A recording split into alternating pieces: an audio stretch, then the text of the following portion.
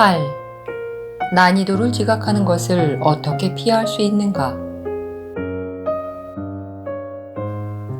난이도가 있다는 믿음은 세상의 지각이 근거하는 토대다.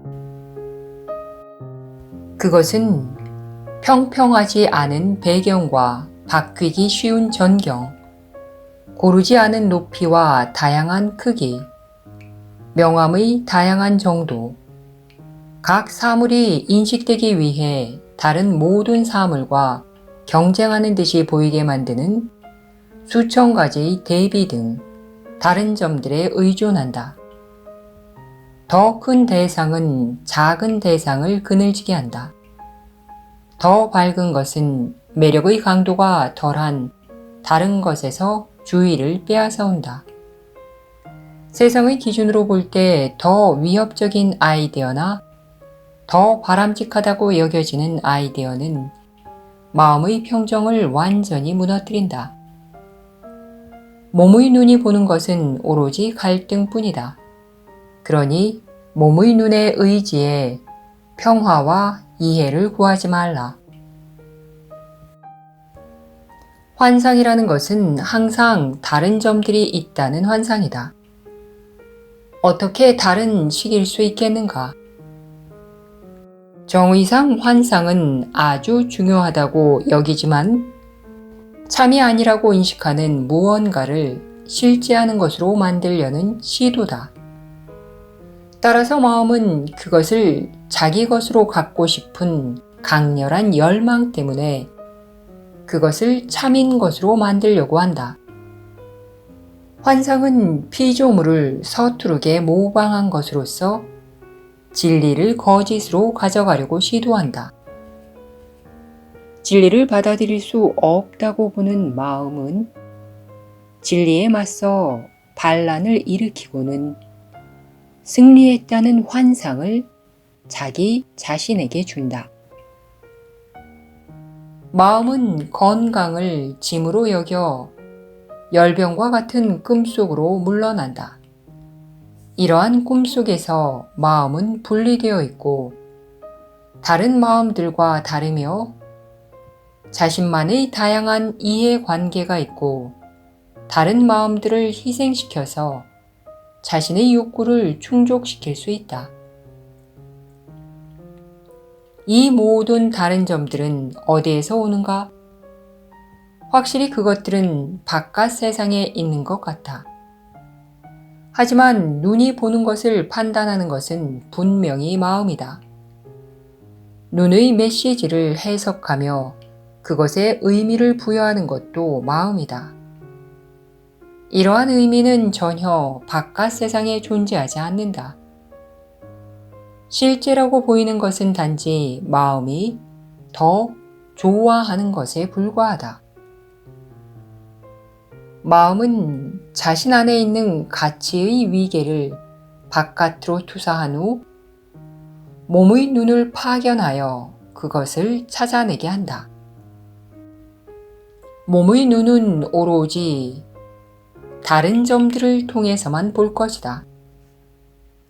하지만 지각이 의지하는 것은 몸의 눈이 가져다주는 메시지가 아니다. 오로지 마음만이 그 메시지들을 평가하기에 오로지 마음만이 봄에 대한 책임이 있다. 보이는 것이 실제하는지 환상에 불과한지 바람직한지 바람직하지 않은지 즐거운지 고통스러운지 마음이 홀로 결정한다. 지각의 오류는 바로 이렇게 구분하고 범주를 나누는 마음의 활동 속으로 들어온다. 그리고 바로 이곳이야말로 교정이 이루어져야 하는 곳이다. 마음은 몸의 눈이 가져다 주는 것을 사전에 형성된 가치관에 따라 분류하고 각각의 감각 데이터가 어디에 가장 잘 들어맞는지 판단한다. 어떤 기준이 이보다 더 틀릴 수 있겠는가?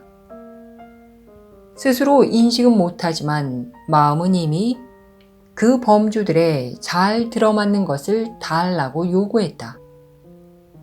그리고 그렇게 하였기에 마음은 그 범주들이 참임에 틀림없다고 결론짓는다.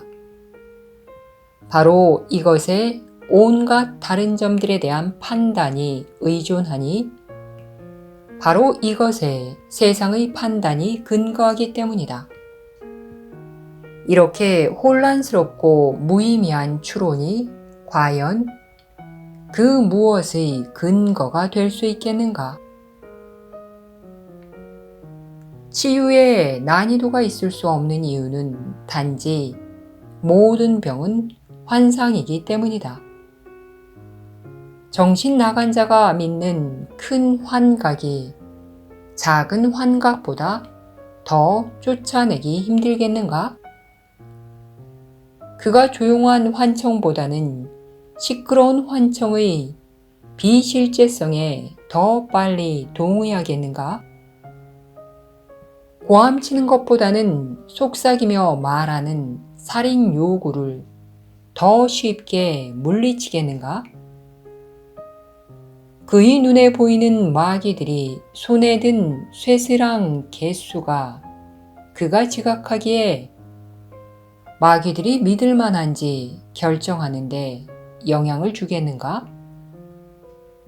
그의 마음은 이미 그 마귀들을 실제하는 것의 범주에 넣었고 따라서 마귀들은 그에게 실제한다.